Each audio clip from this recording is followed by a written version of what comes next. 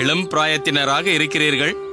இந்த இளம் வயதிலேயே உங்களுக்கு வழிமுறைகள் தெரிந்திருக்கிறது. தகுந்தவர்களை சந்தித்து தகுந்த விதத்தில் எல்லாம் செய்ய வேண்டும் என்று. இளைஞர்கள் இப்படித்தான் இருக்க வேண்டும். பலருக்கு இது புரியவில்லை. இதைத்தான் நான் எதிர்பார்க்கிறேன். உங்களுடைய எண்ணத்திற்காகவும் நடத்தைக்காகவும் உங்களை மட்டுமல்ல, உங்களை பெற்றவர்களையும் பாராட்ட வேண்டும். அவர்கள் உங்களை வளர்த்த விதம், நல்ல விஷயங்களை எல்லாம் ஆழமாக பதிய வைத்துள்ளார்கள். சரி, இனி ஒவ்வொரு முறையும் என்னை வந்து சந்திக்க வேண்டிய அவசியமில்லை. நீங்கள் நேரடியாகவே சன்னதிக்கு செல்லலாம். இது உங்கள் பெருந்தன்மையைத்தான் காட்டுகிறது. ஆனால் நாங்கள் அப்படி செய்ய மாட்டோம். நீங்கள் பெரியவர்கள், பொறுப்பில் உள்ளவர்கள். எதுவாக இருந்தாலும் உங்கள் மூலமாகத்தான் செய்வோம். நீங்கள் அனுபவஸ்தர். உங்களிடமிருந்து நாங்கள் கற்க வேண்டியது நிறையவே உள்ளது. உங்களை பற்றி உயர்வாக பேசியதை கேள்விப்பட்டிருக்கிறோம். என்னை பற்றி உயர்வாக பேசுபவர்களும் இந்த ஸ்ரீரங்கத்தில் இருக்கிறார்களா? பரவாயில்லை. ஏனோ தெரியவில்லை, உங்கள் இருவரையும் எனக்கு வெகுவாக பிடித்துவிட்டது. உங்களைப் போல் உள்ளவர்கள்தான் நல்ல பொறுப்பில் இருக்க வேண்டும். இதுவரை உங்களை நான் இங்கு பார்த்ததில்லை. உங்களுக்கு எந்த ஊர்? இப்பொழுது ஸ்ரீரங்கம்தான். இங்குதான் இருக்கப் போகிறோம். அப்படியா? ஆமாம். யாரை பார்க்க இங்கு வந்திருக்கிறீர்கள்? நாங்கள் அரையருக்கு சொந்தம். ஓ, அரையருக்கு சொந்தமா? நல்லது நல்லது. இப்பொழுது என்னிடம் சொன்னது அனைத்தையும் அரையரிடம் சொல்லுங்கள். உங்கள் இருவரையும் பார்த்ததில் மிகவும் சந்தோஷம். சரி, என்ன சேவை செய்ய வேண்டுமோ செய்து கொள்ளுங்கள். எங்கள் தாயார் நோய்வாய்ப்பட்டிருந்தார். இப்பொழுது பூரணமாக குணமடைந்து விட்டார். குணமடைந்ததும் பெருமாளுக்கும் தாயாருக்கும் புடவையும் வேஷ்டியும் சாத்துவதாக வேண்டிக் கொண்டிருந்தோம். அந்த பிரார்த்தனையை பூர்த்தி செய்ய வந்திருக்கிறோம். நல்லது நல்லது. இனி நீங்கள் எனக்கு வேண்டப்பட்டவர்களாகிவிட்டீர்கள். எப்பொழுது வேண்டுமானாலும் இங்கு வரலாம். எந்த உதவி வேண்டுமானாலும் என்னை கேட்கலாம். தாராளமாக செய்து தருகிறேன். தெய்வவாரியிடம் கொடுத்து வேண்டுதலை நிறைவேற்றிக் கொள்ளுங்கள். நாம் பிறகு சந்திப்போம். ஆகட்டும் சுவாமி. வா செல்வோம்.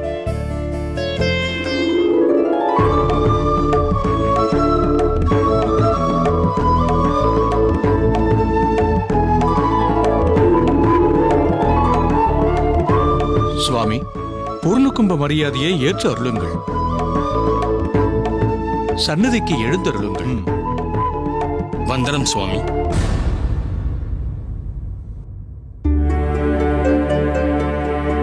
நமஸ்காரம்.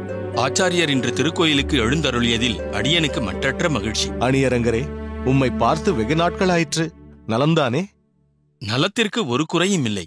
அரங்கனின் அருளால் மிகவும் அற்புதமாக இருக்கிறேன். சுவாமி, அடியேனும் தெய்வவாரி சுவாமிகளும் சன்னதிக்கு சென்று தாங்கள் சாற்று முறை சேவிக்க மற்ற ஏற்பாடுகளை கவனிக்கிறோம். சரி, வருகிறோம் சுவாமி. இந்த அணி அரங்கனின் உள்ள குறிப்பின்படி முறையாக யாருமே நடப்பதில்லை. இருந்தாலும் 2 இளைஞர்கள் மெச்சும்படியும் கொண்டாடும்படியும் நடந்து கொண்டார்களே.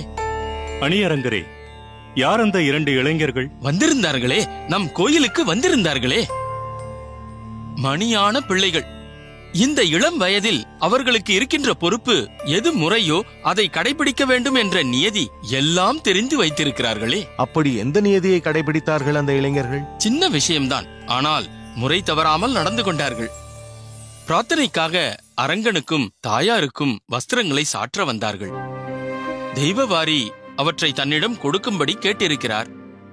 பெருமாளுக்கும் தாயாருக்கும் அணிவிக்கிறேன் என்று சொல்லி இருக்கிறார். ஆனால் அந்த இருவரும் அதை கொடுக்கவில்லை.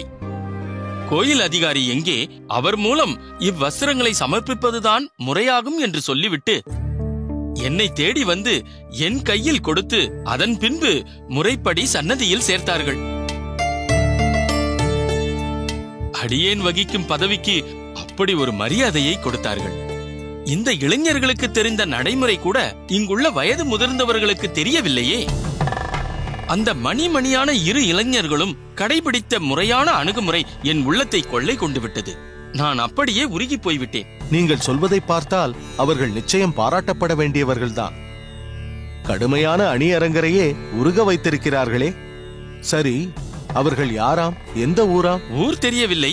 அவர்கள் ஏதோ அரையருக்கு சொந்தமாம், வேண்டப்பட்டவர்கள் என்றார்கள். அரையருக்கு சொந்தம் என்றால் அவர்கள் நிச்சயம் நம் ஆச்சாரியருக்கு பரிச்சயமானவர்களாகத்தான் இருக்க வேண்டும். ஸ்ரீ வைஷ்ணவர்களாக இருக்கும் பட்சத்தில் ஆச்சாரியர் திருமாளிகைக்கு வந்து ஆசிகளையும் பெற்றிருக்க வேண்டுமே. அவர்கள் தங்கள் பெயர் என்னவென்று சொன்னார்கள்? பார்த்தீர்களா, அவர்கள் நடந்து கொண்ட விதத்திலும் குணத்திலும் லயித்து போய் பெயர் என்ன என்று கேட்பதை கூட மறந்து போய்விட்டேன். இதிலிருந்து என்ன தெரிகிறது? உம் மனதிற்கு பிடித்தபடி மற்றவர்கள் நடந்து கொள்ளாமல் இருப்பதுதான் உங்களுக்கு நல்லது. இப்போது பாரும், உம் மனதை கொள்ளை கொண்டவர்களால் உமக்கு மறதி ஏற்பட்டு விட்டது. உமக்கு பிடித்த மாதிரி யாராவது நடந்து கொண்டால் உம்மை நீர் மறந்து போய்விடுகிறீர். அனைத்திலும் சில சிக்கல்கள் இருந்து கொண்டுதான் இருக்கும் மணியரங்கரே. அதனால்தான் பகவான் பல நேரங்களில் நம் விருப்பத்திற்கு மாறாக சிலவற்றை நிகழ்த்துகிறான். இல்லையென்றால் நம் மனம் நம் வசத்தில் இல்லாமல் அது மற்றவர்கள் வசம் சென்றுவிடும். அந்த இளைஞர்கள் உம்மை அவர்கள் வசம் இழுத்தது போல். பெரிய நம்பி, சுவாமி, நாம் சன்னதிக்கு செல்லலாம். அணியரங்கரே, அடியேன் அரங்கனை சென்று தரிசிக்கிறேன்.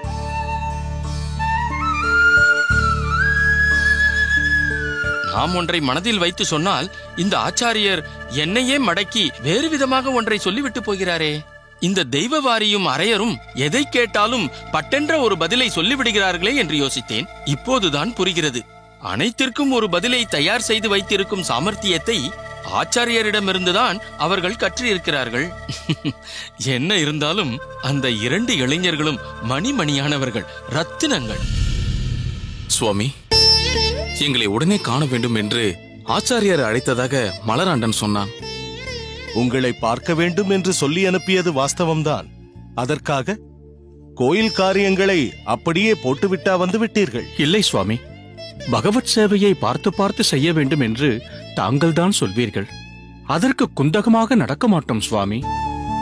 இந்த நேரம் வரை செய்ய வேண்டிய பணிகளை முடித்துவிட்டு ராகவனை பார்த்து கொள்ள சொல்லி ஏற்பாடுகளை செய்து முடித்த பின்தான் அடியேன் புறப்பட்டேன்.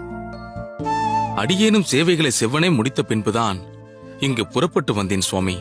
சுவாமி, சேவையிலோ வேலையிலோ குறையோடு வந்துவிட்டால் முக்கியமான ஒரு ஆசாமிக்கு தகுந்த முறையில் பதில் சொல்லியாக வேண்டுமே. பிறகு அவரை சமாளிப்பது மிகவும் கடினமாயிற்றே. நீ யாரை குறிப்பிடுகிறாய்? அணியரங்கர், அவரைத்தான் குறிப்பிட்டேன் சுவாமி.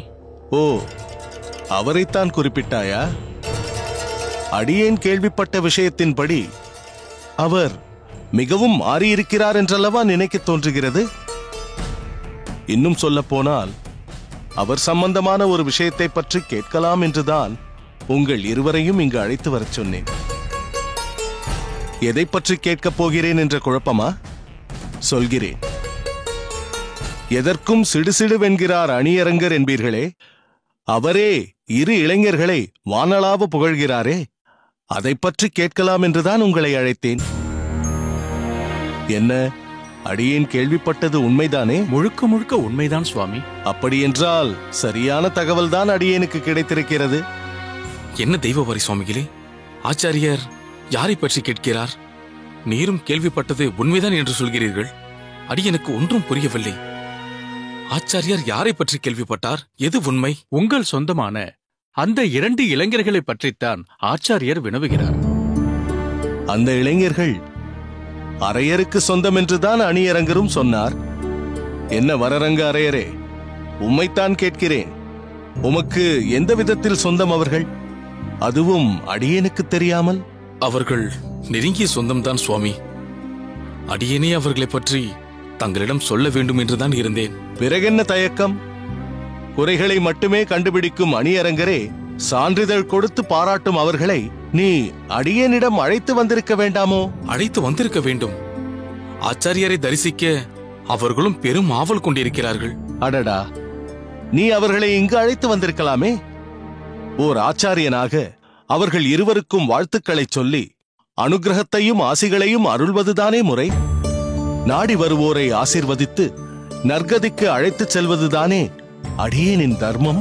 சுவாமி, அடியேன் தயங்கியதில் காரணம் இருக்கத்தான் செய்கிறது. அந்த இளைஞர்களை முன்பே தங்களை தரிசிக்க அழைத்து வந்திருந்தால் தாங்களே அடியனை கடிந்து கொண்டிருப்பீர்கள். நீ செய்தது முறையா தர்மமா என்று கேட்டிருப்பீர்கள். அதன் காரணமாகத்தான் அவர்களை இங்கு அழைத்து வர தயங்கினேன். புரியும்படி சொல் வரரங்கா. அணியரங்கர் பாராட்டிய இளைஞர்கள் வேறு யாருமல்ல, அடியேனின் சொந்தங்கள், இரத்த பந்தங்கள். அடியனுடைய உடன் பிறந்த சகோதரர்களான பிள்ளைக்கரசு நம்பியும் சொட்டை நம்பியும் தான் அவர்கள்.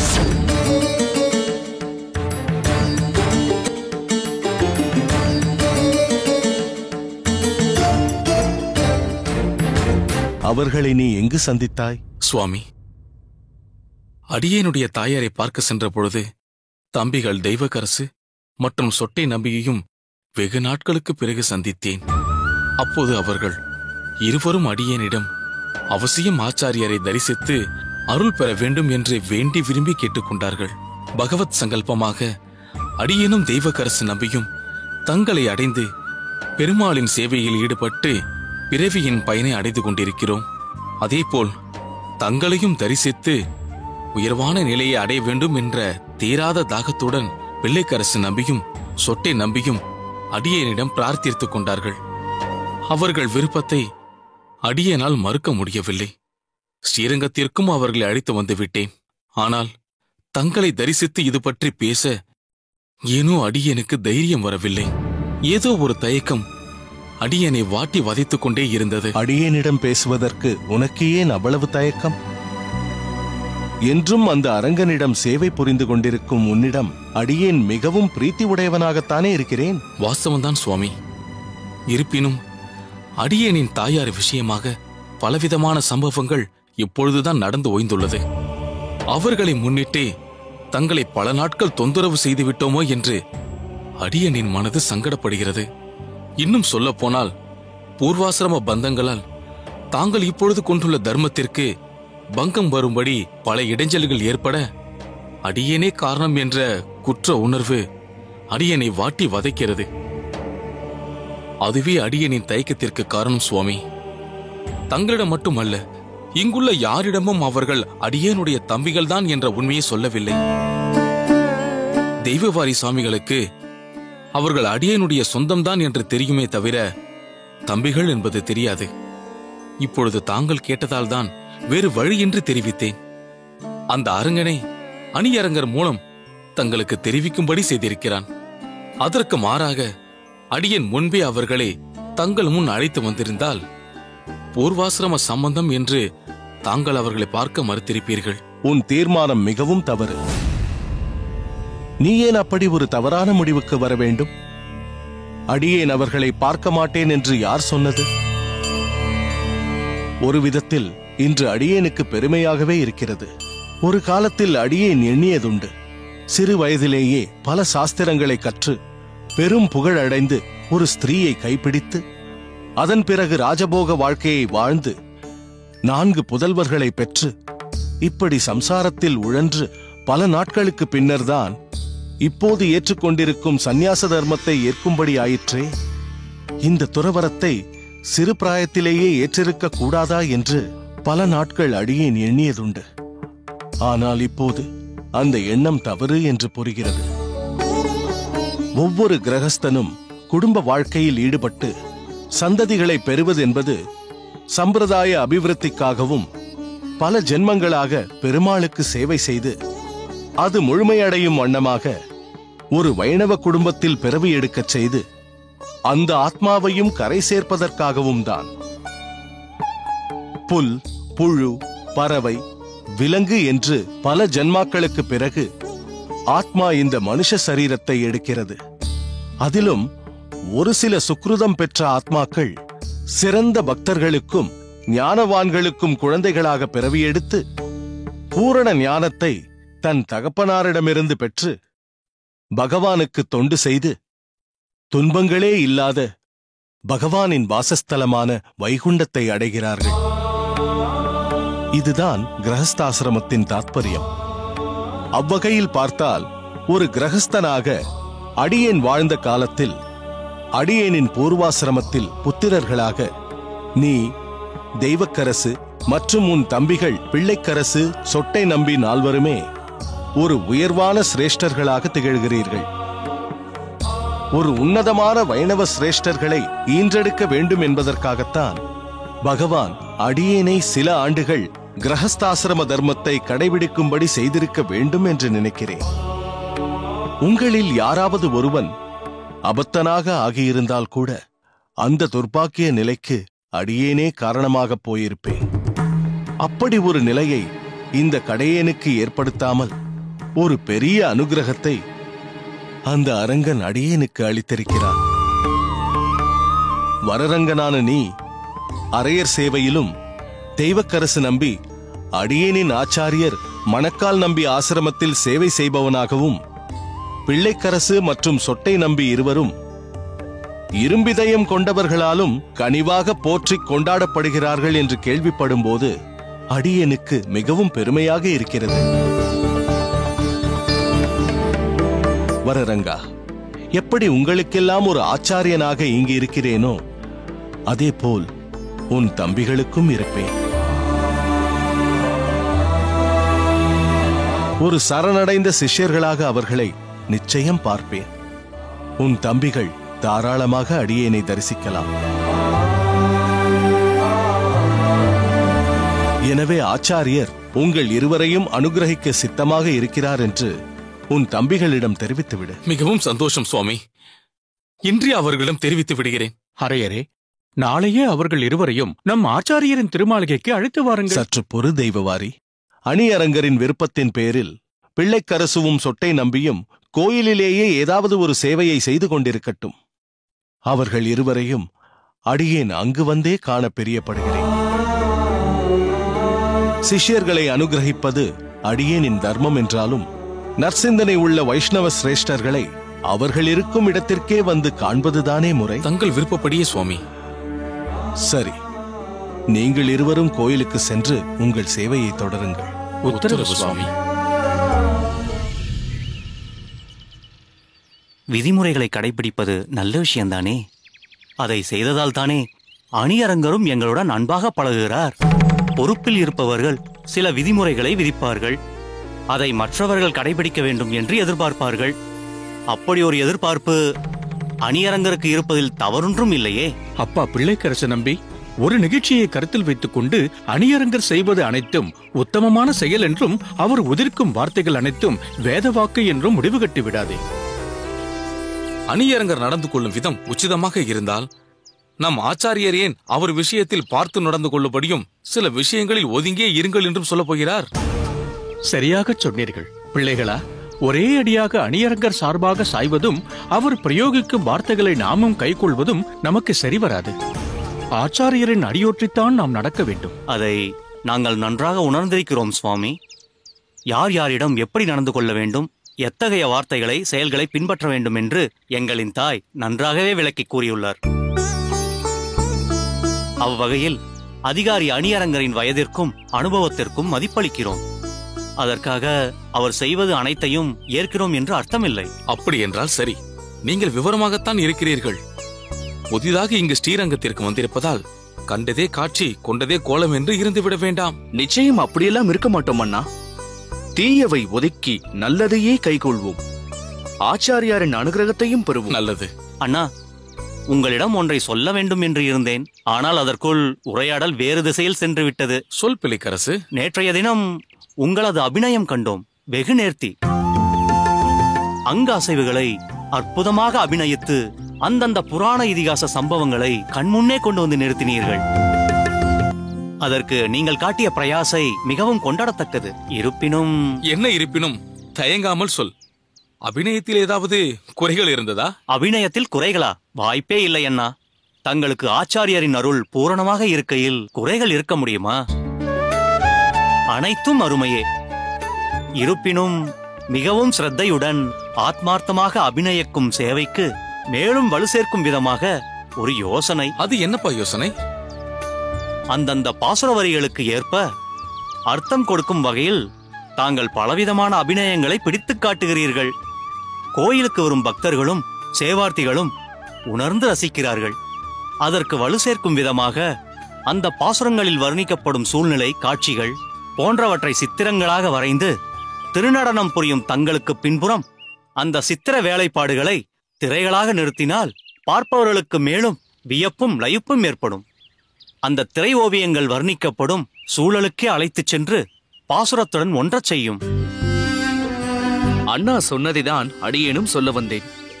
அதற்குண்டான ஏற்பாட்டை உடனடியாக செய்தால் மிகவும் நன்றாக இருக்கும். யோசனை என்னவோ நல்ல யோசனைதான். ஆனால் இது நடப்பது சாத்தியமா என்று யோசிக்க வேண்டும். அரையர் சொல்வது சரிதான்.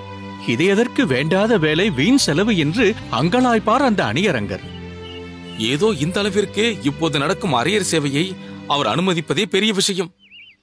இதற்கே அவர் அதிகம் நாட்டம் செலுத்துவதாக தெரியவில்லை. தொன்று தொட்டு நடக்கும் வைபவம் என்று வேண்டா வெறுப்பாக ஒத்துக்கொண்டிருக்கிறார். நீங்கள் சொன்னபடியெல்லாம் நடக்கும் என்பது நிச்சயம் கேள்விக்குறிதான்.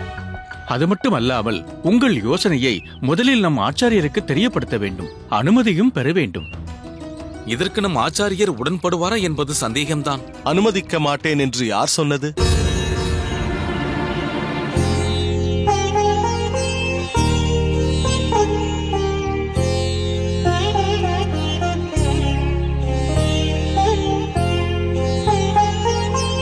ஆச்சாரியார் எங்களின் வந்தனங்களை ஏற்றுக்கொண்டு அருள வேண்டும். சம்பிரதாய சிற்பிகளாக புகழுடன் விளங்குவீர்களாக. சுவாமி, கோயில் பகுதியாக இருப்பதால் தங்களை சாஷ்டாங்கமாக சேவித்து வணங்க முடியாமல் இருக்கிறோம். அதனால் என்ன, மானசீகமாக, அதாவது மனதால் வணங்குவதும் முறைதானே. மனதில் வேறொன்றை நினைத்து வெறும் சரீரத்தை மட்டும் கீழே கிடத்தி சேவிப்பதால் ஒரு பயனும் இல்லை.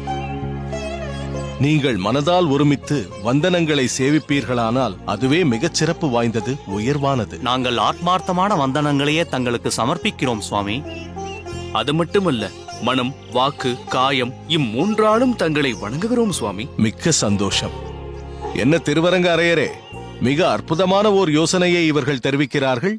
அதை அடியேன் அனுமதிக்க மாட்டேன் என்பது போல் இவர்களிடம் சொல்லிக் கொண்டிருக்கிறீர்கள். அது திடீரென்று ஒரு மாற்றத்தை நிகழ்த்துவது முறையாகுமா சுவாமி? நல்ல யோசனைகளை வரவேற்று அதை செயல்படுத்தி மாற்றங்கள் ஏற்றம் பெறும்படி செய்வதில் தவறொன்றுமில்லையே. பகவத் காரியங்களில் சம்பிரதாய நெறிமுறை, புதுமையான வழிமுறைகளில் மக்களிடம் கொண்டு சேர்க்கும் முயற்சியும் பாராட்டப்பட வேண்டியதே. இதில் முக்கியமாக கவனிக்கப்பட வேண்டியது என்னவென்றால், குறிக்கோளுக்கு எவ்விதத்திலும் பங்கம் ஏற்பட்டுவிடக்கூடாது, வழிமாறி போய்விடக்கூடாது. சம்பிரதாய தத்துவங்கள் சிதைக்கப்படாமல் காலங்களின் அவசியத்திற்கேற்ப மக்களிடம் சென்று சேருமானால் அதை தவிர்க்க வேண்டிய அவசியமில்லை. அவ்வகையில் பிள்ளைக்கரசு நம்பி தெரிவித்த யோசனையை அறிவுபூர்வமாக ஏற்று செயல்படுத்தி மக்களும் ரசித்து பலன் பெறும் வகையில் நடைமுறைப்படுத்த வேண்டும். உங்கள் உத்தரவுப்படியே சுவாமி. பிள்ளைக்கரசு நம்பி, சொட்டை நம்பி, உங்கள் யோசனை அடியேனுக்கு மிகுந்த பூரிப்பை தருகிறது. பகவானுக்கு ஆற்றும் சேவையில் எப்போதும் ஆக்கமும் ஊக்கமும் கொண்டு இப்படித்தான் பல அற்புதமான சிந்தனைகளை செயல்படுத்த வேண்டும். பகவான் கொடுத்த அறிவை பகவத் கைங்கரியத்தில் சிறப்பாக பயன்படுத்த வேண்டும். அதற்குண்டான அடிப்படை தகுதிகள் உங்களிடம் இருப்பது அடியேனுக்கு மிகவும் பெருமையாக இருக்கிறது. உங்களைப் போன்ற இளைஞர்களால் சம்பிரதாயம் இன்னும் பல்லாயிரம் ஆண்டுகளுக்கு நீடூடி வாழும். அந்த நம்பிக்கை அடியேனுக்கு இப்போது ஏற்பட்டுள்ளது. அடியேனை எப்போது காண முடியுமோ என்று நீங்கள் இருவரும் ஏங்கியதாக கேள்விப்பட்டேன். அதற்காகத்தான் அடியேனே உங்களை தேடி இங்கு வந்தேன்.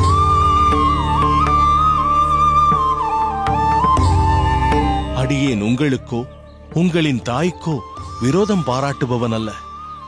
அதே சமயத்தில் சாஸ்திர தர்ம விஷயத்தில் விரோதமாக நடப்பவனும் அல்ல. முன்னோர்களும் சான்றோர்களும் பெரியோர்களும் காண்பித்த கோட்பாடுகளை வழிநடத்தி காண்பிப்பவனாகவும் நல் விஷயங்களுக்கு ஆதரவளிப்பவனாகவும் இருக்கவே அடியேன் விரும்புகிறேன். மற்றபடி உங்கள் யார் மீதும் அடியேனுக்கு எந்த வெறுப்பும் இல்லை. உங்கள் இருவரையும் இங்கு பார்த்ததில் மிக்க மகிழ்ச்சி. இக்கோயிலிலேயே பல உன்னதமான சேவைகளை திறம்பட செய்து கொண்டு சீரும் சிறப்புமாக வாழுங்கள்.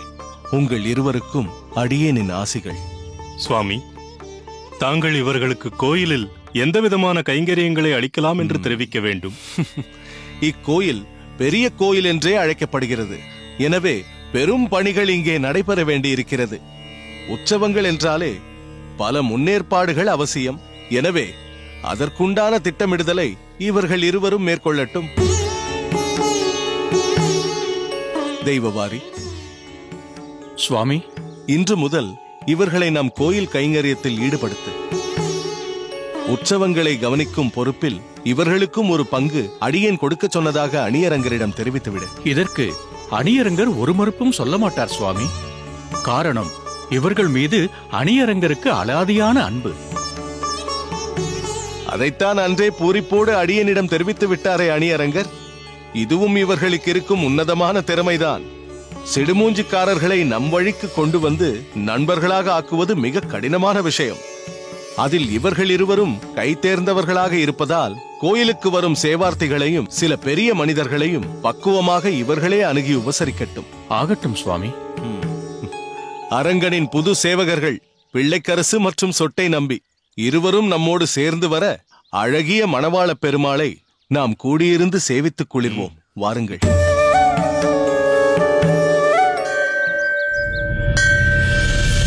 அரையரே, யுகங்கள் 4 என்றும் இதில் கலியுகம் மிகவும் கடுமையானது என்றும் பலரது அபிப்பிராயமாய் இருக்கிறது. எதனால் இப்படி சொல்கிறார்கள்? முதல் யுகமான கிருத யுகத்தில் சாத்வீகமான குணம் அனைவருக்கும் மேம்பட்டிருந்தது. தியானமே பிரதானமாக இருந்தது. பிறகு திரேதா யுகம் ஏற்பட்டது. இதில் சத்துவகுணத்தோடு ரஜோகுணம் சேர்ந்து கொண்டது. ஆகவே 1/4 பங்கு தோஷம் கொண்டதாயிற்று. இந்த திரேகா யுகத்தில் யாகமே பிரதானமாக இருந்தது. அதன் பிறகு ஏற்பட்ட துவாபர யுகத்தில் சாத்வீக குணம் குறைந்து ராஜச குணமும் தாமசம் என்னும் மயக்க குணம் சேர்ந்து கொண்டது. இந்த யுகத்தில் விக்கிரக வழிபாடு பிரதானமாக ஏற்றுக்கொள்ளப்பட்டது. தாங்கள் சொல்லும் கிரமத்தில் பார்த்தால் கலியுகத்தில் தாமசம் என்னும் மயக்க குணம் மிகவும் அதிக வீரியத்துடன் காணப்படும் என்று தோன்றுகிறது. சரியாக கணித்தீர்கள். ஒரு சமயம் இக்கலியுகத்தை நேரில் காண வந்த நாரதர் இங்கு காணப்படும் நிலையை கண்டு மனம் விரும்பினார். தான் கண்டதை சனத்குமாரர்கள் முதலியவர்களிடம் சொல்லி மிகவும் வருத்தப்பட்டார். எங்கும் உண்மை என்பதே இல்லை. தவமியற்றுதல், சுத்தத்தை பேணுதல், இரக்கம் காட்டுதல், மனம் விரும்பி பிறருக்கு தானம் கொடுத்தல் என்பவை மருந்துக்கு கூட இல்லையே. எல்லோரும் வயிற்றை நிரப்புவதிலேயே குறியாக இருக்கிறார்களே என்று புலம்பி தள்ளிவிட்டார். மேலும் நல்லவர்கள் என சொல்லப்பட்டவர்களே பகவானையும் அவனது பூஜைகளையும் வெறுக்கிறார்கள். பற்றற்றவர்கள் என புகழ் பெறுபவர்களே பற்று நிரம்பியவர்களாகவும் பெண் பித்தர்களாகவும் காணப்படுகிறார்கள். தம்பதிகளுக்குள் ஒற்றுமை இல்லை என்று பலவாறு புலம்புகிறார் நாரதர். அதனால்தான் கலியுகம் கண்டு பயம் ஏற்படுகிறதா? ஆனால் நீர் சொல்வதை ஒன்றும் மறுப்பதற்கில்லை. ஏன் அன்னத்தை கூட விலைக்கு விற்கிறார்களாமே? என்னவென்று சொல்வது? அன்னத்தை விற்பது மகா பாவம் என்று முற்காலங்களிலிருந்தே சொல்லப்பட்டு வருகிறது. அன்னதானம் செய்வது மிகவும் சிறந்தது. காசினவாய் கரம் விற்கிலும் கரவாது மாற்றிலி சோறிட்டு தேச வார்த்தை படைக்கும் வங்கையினார்கள் வாழ்த்திருக்கோட்டியூர் என்று கொண்டாடுகிறார் பெரியாழ்வார். அதாவது திருக்கோஷ்டியூரில் உள்ளவர்களின் அன்னதான சிறப்பை வர்ணிக்கிறார். பண்டிதர்கள் வேதத்தை விலைக்கு விற்பது வீண் பகட்டுக்காகவும் புகழுக்காகவும் பூஜை நடத்துவது என்று பல கேட்டறியாத தோஷங்கள் இக்கலியுகத்தில் பீடித்திருக்கிறது. கலியுகத்தில் எல்லா அம்சங்களும் நிறைந்து இருந்தாலும் அரிசி இல்லாத நெல் போல சாரமற்றவையாக இருக்கின்றன. ஏன் அன்னத்தை சொல்கிறீர்? எதிர்வரும் காலத்தில் ஜலம் கூட விற்கப்படலாம். இப்படிப்பட்ட கலியுகம் கெடும் வண்ணம் யாராவது பிறந்திருக்கிறார்களா என்று நம் ஆச்சாரியரும் தேடி அலைந்து கொண்டிருக்கிறார். இப்படி பயமுறுத்தும் கலியுகத்தில் சிறந்த குணம் என்று ஒன்று கூட இல்லை என்கிறீர்கள் ஆரியரே? அப்படி சொல்ல மாட்டேன். ஒரு சிறந்த குணமும் இதற்கு உண்டு. கிருத யுகத்தில் தியானத்தாலும், திரேதா யுகத்தில் யாகத்தாலும், துவாபர யுகத்தில் அர்ச்சனையாலும் பெரும் பலன்களை இக்கலியுகத்தில் பகவானின் நாம குணங்களை பாடி பரப்புவதனாலேயே மிக சுலபமாக அடையலாம். நாம ஜபத்தால் பிறர்க்கரிய பல செல்வங்களையும் பெறலாம் என்கிறீர். அருளோடு பெரு நிலமளிக்கும் என்று வைகுண்டத்தையும் நமக்கு பகவானின் நாம ஜபம் அருளும் என்று திருமங்கை ஆழ்வாரும் மொய்த்த வல்வினையும் நின்ற மூன்றெழுத்தினுடைய பேரால் கத்திர பந்து மன்ற பரமாங்கதி கண்டு கொண்டேன் என்று தொண்டரடி பொடி ஆழ்வாரும் தெரிவிக்கிறார்களே. அப்படி அவர்கள் தெரிவிக்கும் நாமம் எது தெரியுமா? கோவிந்தா என்ற நாமம்தான் என்பது ஆன்றோர் கருத்து. முற்காலத்தில் கத்திரபந்து என்ற பரம பாபாத்மா ஒருவன் இருந்தான்.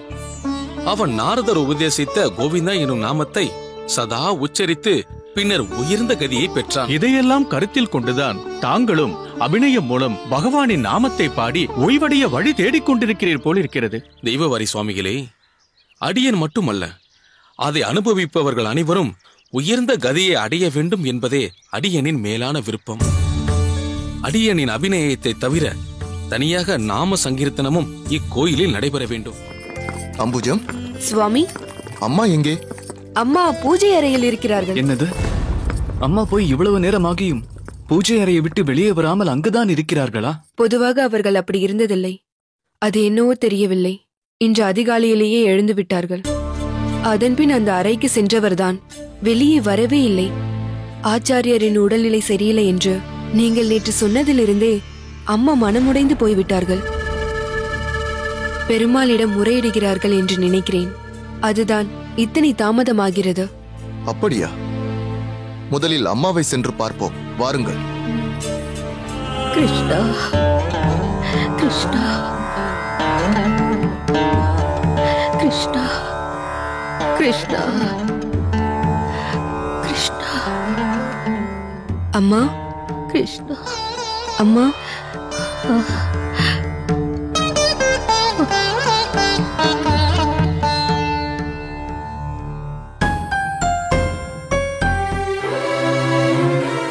எழுந்துருங்கள் அம்மா. அண்ணா ஆகாரமின்றி காலையிலிருந்து இங்கேயே இருக்கிறீர்கள். வந்து ஏதாவது உட்கொள்ளுங்கள். வேதனையில் இருக்கும் பொழுது வேறு எதுவும் வேண்டும் என்று தோன்றாது. அதற்காக எதுவும் உட்கொள்ளாமல் வயிறு காய்ந்தால் அது உங்கள் உடலைத்தான் பாதிக்கும் அம்மா. அங்கு வேறு ஒரு உடல் தவித்துக் கொண்டிருக்கும் போது என்னால் எப்படி நிம்மதியாக இருக்க முடியும்? அம்மா, நீங்கள் மட்டும்தான் வேதனையில் இருக்கிறீர்களா? நாங்களும் வேதனையில் தான் இருக்கிறோம். முதலில் வந்து உணவருந்துங்கள் அம்மா. தெய்வக்கரசு, உங்கள் வேதனை வேறு, என் வேதனை வேறு. நீங்களும் ஆச்சாரியரை எப்பொழுது வேண்டுமானாலும் பார்க்கலாம், அவருடன் பேசலாம். ஆனால் என் நிலையை சற்று சிந்தித்து பாருங்கள். அவர் எனக்கும் ஆச்சாரியர்தான். பூர்வாசிரமத்தில் அவருடன் இருந்து சேவை புரிந்தது ஒருபுறம் இருந்தாலும் இப்பொழுது சிஷ்யை என்ற முறையில் வேதனை அதிகமாக இருக்கிறது. வரரங்கா, சம்பிரதாய பூரணனான திருக்கோஷ்டி நம்பியையும் குணப்பூரணனான பெரிய நம்பியையும் உன் வசம் ஒப்படைக்கிறேன். இவர்களை பார்த்துக் கொள்வது உன்னுடைய கடமை. ஆகட்டும் சுவாமி, தங்கள் உத்தரவுப்படியே நடக்கிறேன்.